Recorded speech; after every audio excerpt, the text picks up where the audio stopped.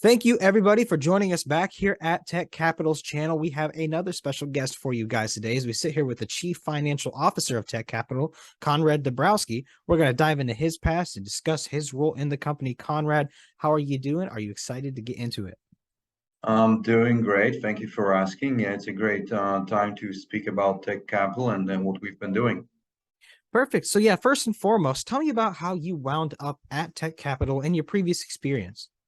My background is in public accounting. I've been with Deloitte for the period of 7 years since the inception of my career and all the way to making the CPA certifications in the US in the Washington, D.C. office. Mhm. Around 2016 and 2017, I got married, and then together with my wife, we made a decision to move outside of Washington, D.C., mostly for family reasons, and we moved to South Florida. At the time, I wasn't really even looking for a new position. However, I was reached out by the recruiter back in 2017 to fill the group controller position for Tekcapital at the time. Mhm. Um, and it really took my attention in terms of Cliff's vision for the incubator, the intellectual property offering, and what they already had in their portfolio, Mhm. and the overall business model. It seemed like such a unique value proposition and such a unique opportunity to be more entrepreneurial with the financial skill set that decided to take that risk in 2017. And here we are, 5 years later. We've grown our net assets, our portfolio, multiple times. It's been an amazing journey with Cliff and the team since then. Yeah. So I'm kind of curious then. So, like, talk to me about what it means to be the chief financial officer for Tech Capital. I mean, you've had a lot of spinoffs, I guess, technically under you guys, a lot of other companies. So, what does that mean for you in terms of what you manage and so on?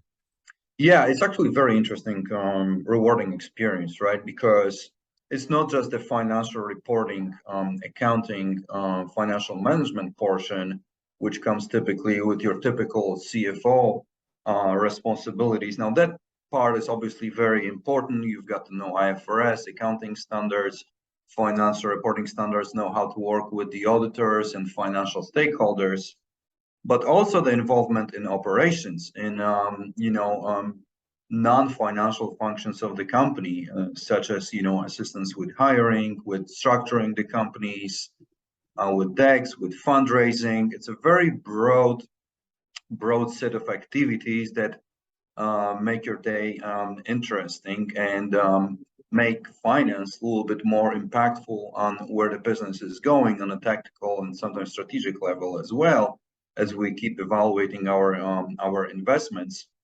And it's really, in a way, experiencing or managing 3 or 4 companies at the same time, right? Mhm. Because of the nature of what Tech Capital does, which is not just investing in the companies, but also actively supporting and helping them operationally, anything from legal, IP, finance, accounting, hiring, Yeah. and sometimes sales deals. You're really working for 3 or 4 different companies every day.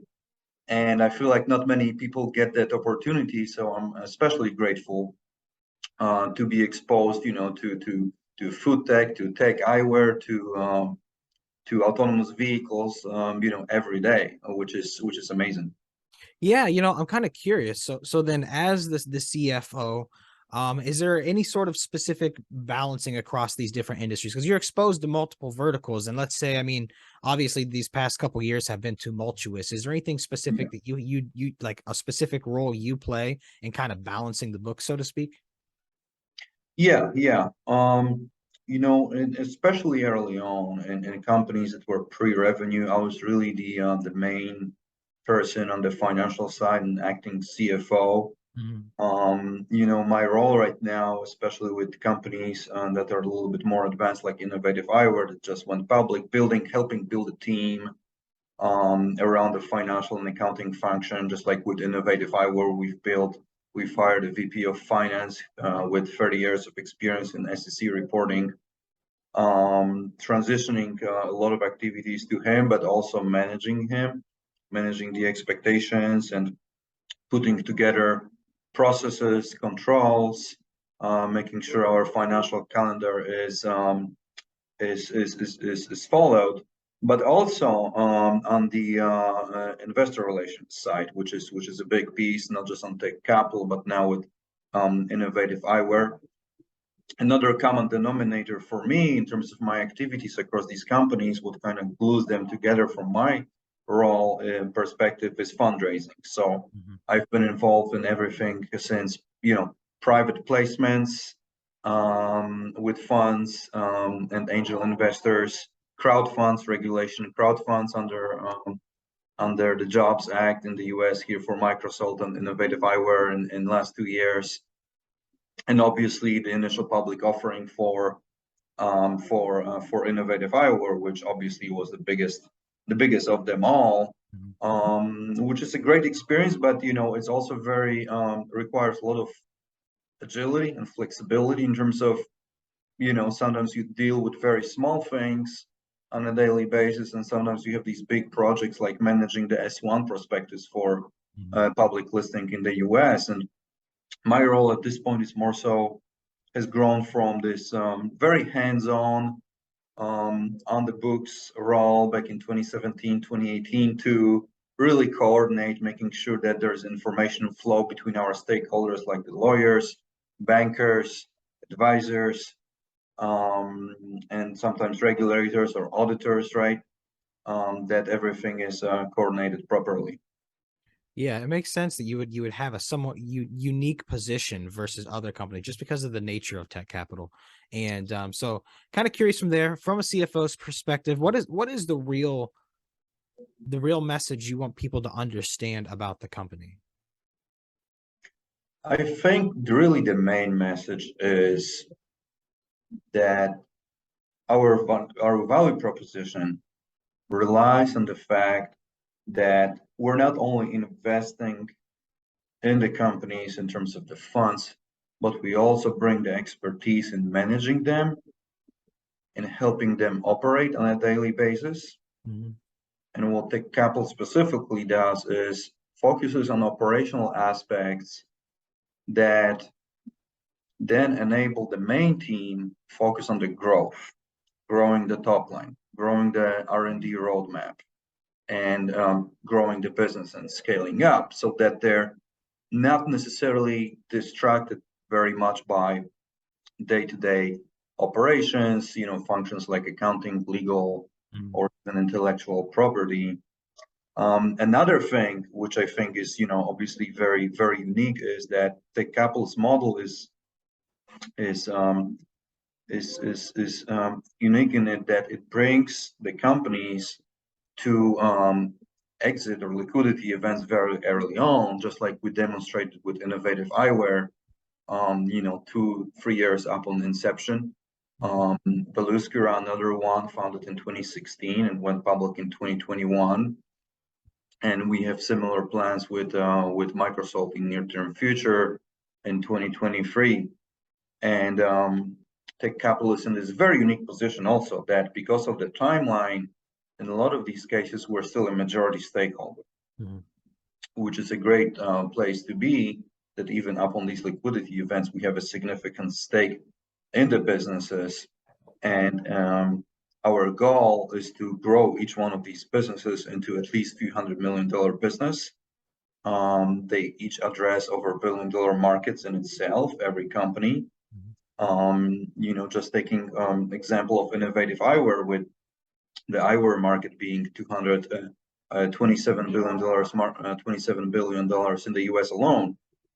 The company's goal, short to medium term, is only 1%, but that 1% means almost $300 million in annual sales. And so we think about each of these companies long term, and we really want to grow them to size, and that's how we think we'll provide outsized returns on investments to the stakeholders, to the investors.